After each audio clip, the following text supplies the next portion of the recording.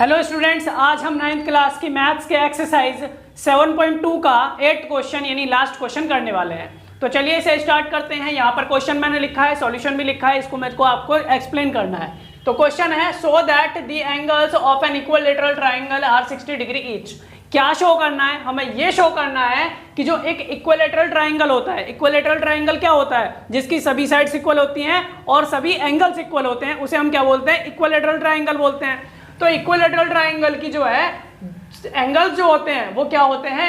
60 degree के होते हैं। ईच का मतलब प्रत्येक, यानी सारे ही एंगल्स जो होते हैं 60 डिग्री के होते हैं इक्विलैटरल ट्राइंगल के। ये हमें शो करना है।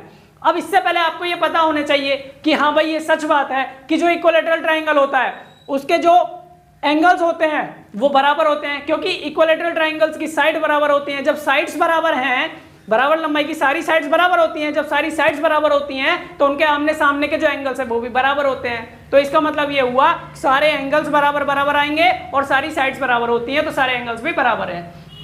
यहाँ हमने एक रफ फिगर बनाया, इसको नाम दिया ABC।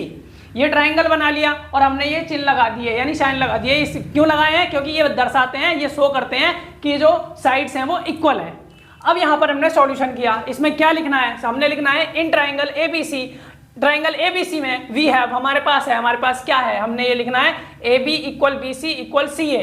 यानी ये तीनों साइड्स मैंने लिखी हैं। AB कहाँ पर है? ये रही। और BC कहाँ पर है? ये रही। और फिर उसके बाद CA कहाँ पर है? ये रही। यानी ये तीनों साइड्स क्या है? बराबर हैं, इक्वल हैं। क्यों बराबर है? हमने यहाँ रीजन में लिखा है because ABC is an equilateral triangle. क्योंकि ABC एक इक्विलैटरल ट्राइंगल है जिसके अंदर सभी साइड्स इक्वल होती हैं, तो हम इसको ऐसे लिख सकते हैं। ये कहने का मतलब है, यहाँ पर ये इस तरीके से इसलिए लिखा गया है।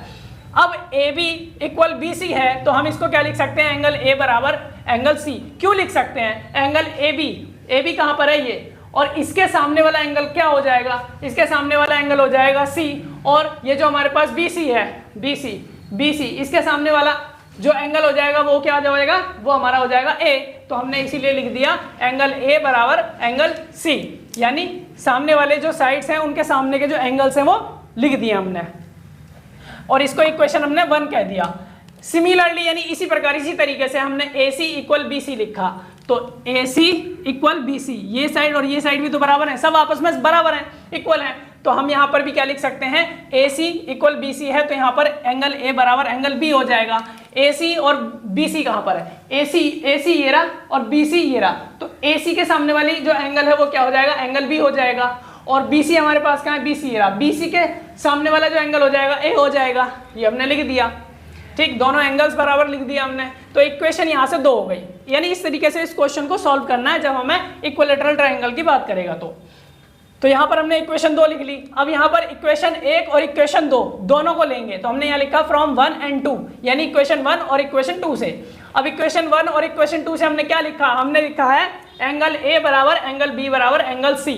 ऐसा क्यों लिखा है? तो आप देख सकते हो एंगल A इसमें भी दे रखा है और एंगल A इसमें भी दे रखा है, और एंगल A के बराबर एंगल C है और एंगल A के बराबर एंगल B भी है। तो हमने लिख दिया एंगल A बराबर B है तो और एंगल B बराबर C है, यहाँ पर लिखा हुआ है ना।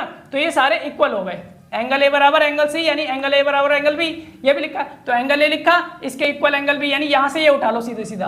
और फिर एंगल C क्यों लिखा है? क्योंकि एंगल A के बराबर C है तो इसके बराबर ये है, और एंगल B जो B है वो भी इसके बराबर लिखा जा सकता है क्योंकि एंगल B जो है A के बराबर है। तो यानी ये आपस में जो है बराबर है, यहाँ से आप देख सकते हो इस वाले को और इस वाले को। तो ये इक्वल हो गए। अब हमने क्या किया? Let angle A equal angle B equal angle C, यानी इन सभी को, ये जितने भी एंगल्स है इक्वल हैं, सारे के सारे इक्वल हैं। तो हमने मान लिया ये सारे के सारे एंगल्स जो है वो क्या है? X। अगर हम मान ले एंगल A X है तो एंगल B भी X, एंगल C भी X। तो हमने एक ही लाइन में लिख दिया, ये एक ही लाइन में लिख दिया। तीनों एंगल्स क्या हो गए? X हो गए। तो हमने यहाँ पर इन सभी की जगह पे क्या लिख दिया? यहाँ पर लिखने के बाद हमने लिखा बिकॉज ये बराबर 180 होता है, 180 डिग्री होता है, यानी एंगल A B C, ये जो है angle A angle B angle C, triangle के जो सभी एंगल्स होते हैं उनका सम 180 डिग्री होता है। तो हमने इन सबको ऐड करेंगे तो कितना आएगा? 180 डिग्री। इक्वेशन बना ली। अब इनकी जगह पे हमने x रख दिए तीनों की जगह पे और 180 डिग्री ऐसे लिख लिया। इन तीनों को जोड़ा तो 3x आ गया। तो यहाँ से हम 3 को नीचे ले गए, जब यहाँ पर x लिखा नीचे 3 चला गया, इससे इसको डिवाइड किया तो 60 डिग्री आ गया, यानी x की वैल्यू हमारी 60 डिग्री आ गई। x की वैल्यू 60 डिग्री आ गई तो हमने क्या लिखा, देयरफॉर इसीलिए एंगल A बराबर एंगल B एंगल C बराबर कितना हो गया, 60 डिग्री हो गया। यानी सारे के सारे एंगल्स जो है वो कितने आ गए, 60 डिग्री के आ गए। क्यों आ गए, क्योंकि इन सभी एंगल्स को हमने क्या माना था, x माना था।